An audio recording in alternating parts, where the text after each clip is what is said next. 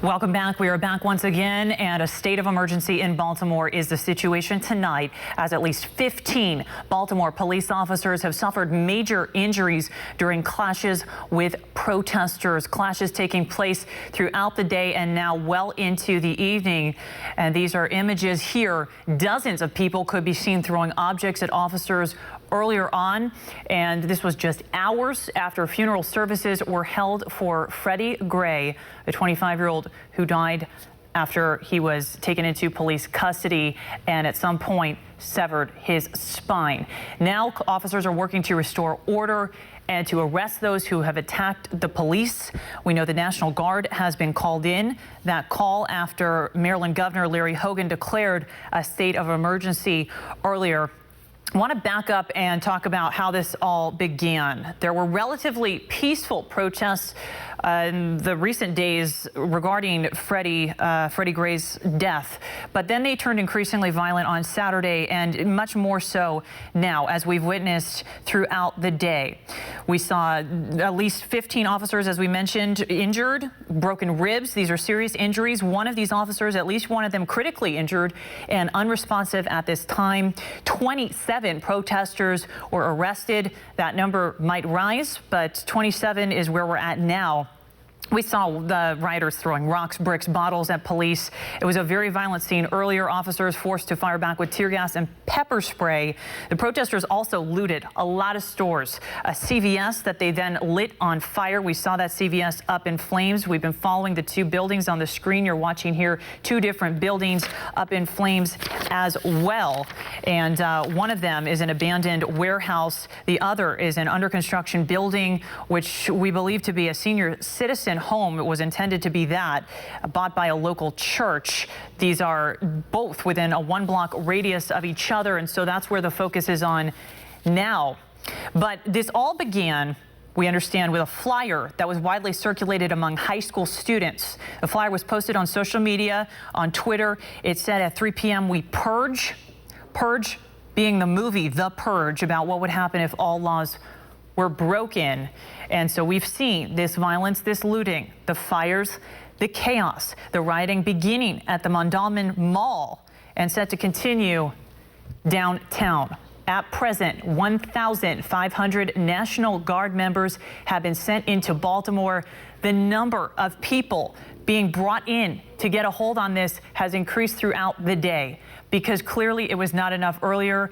And as we're seeing on the screen, it is clearly still not enough at present to get this fire under control. So that is where this stands tonight. Once again, state of emergency. National Guard called in an attempt to restore order. Last thing I want to mention really quickly here is that we're being told this is an attempt by 3 local gangs, and these gangs usually at odds, we want to stress, who have united so as to go against the authority, so as to create on purpose this sense of civil unrest, so as, in their words, to quote, take out police. And that is where this stands tonight. We will be checking in on the blazes breaking out in Baltimore. We have officers deployed throughout the city to make sure that we can continue to deliver police services to the citizens of Baltimore, and we will continue to keep the city safe. Our officers are working as quickly and as appropriately as they can to bring about order in the area of Mondawmin and effect arrests of the criminals who violently and without provocation attacked our police officers. Right now, it is a group of lawless individuals with no regard for the safety of the people that live in that community or the safety of our police officers, who are there to ensure that the people who live and work in that area could do so safely. And as we're watching this, we want to mention that Freddie Gray's family has been watching this. They're weighing in. They're saying this is not at all what they wanted. This is hard for them to watch. This is not the way for these protesters to get their point across. They're disgusted by this. They are urging calm. The situation not calm yet. And we'll continue to bring you updates on the situation throughout the evening. Straight ahead here on One America News, we have more for you from Baltimore, as Baltimore City schools will be closed Tuesday. And the mayor says the city's emergency operations center has been activated. We'll be back with more right after this.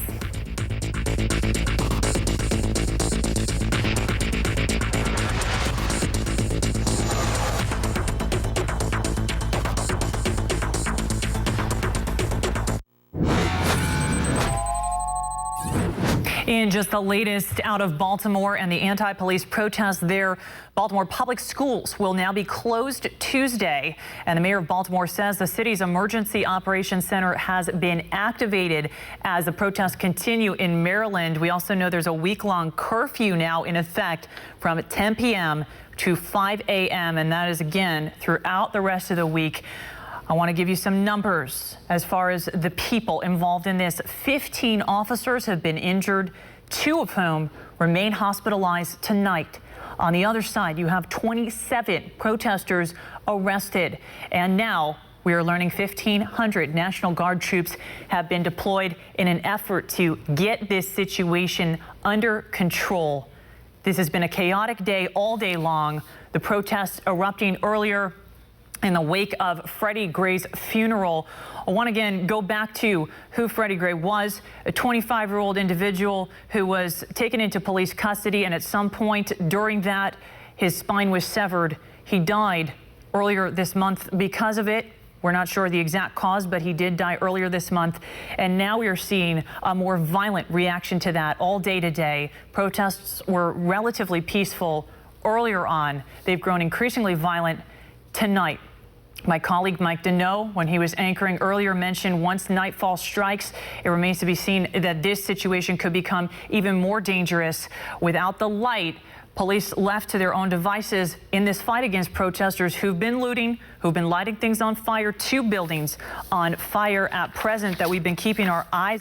And once again, we heard from the Baltimore mayor of Maryland, who announced that citywide curfew. Here she is speaking on the situation. It is very clear there is a difference between what we saw over the past week with the peaceful protests, those who wish to seek justice, those who wish to be heard and want answers, and the difference between those protests and the thugs.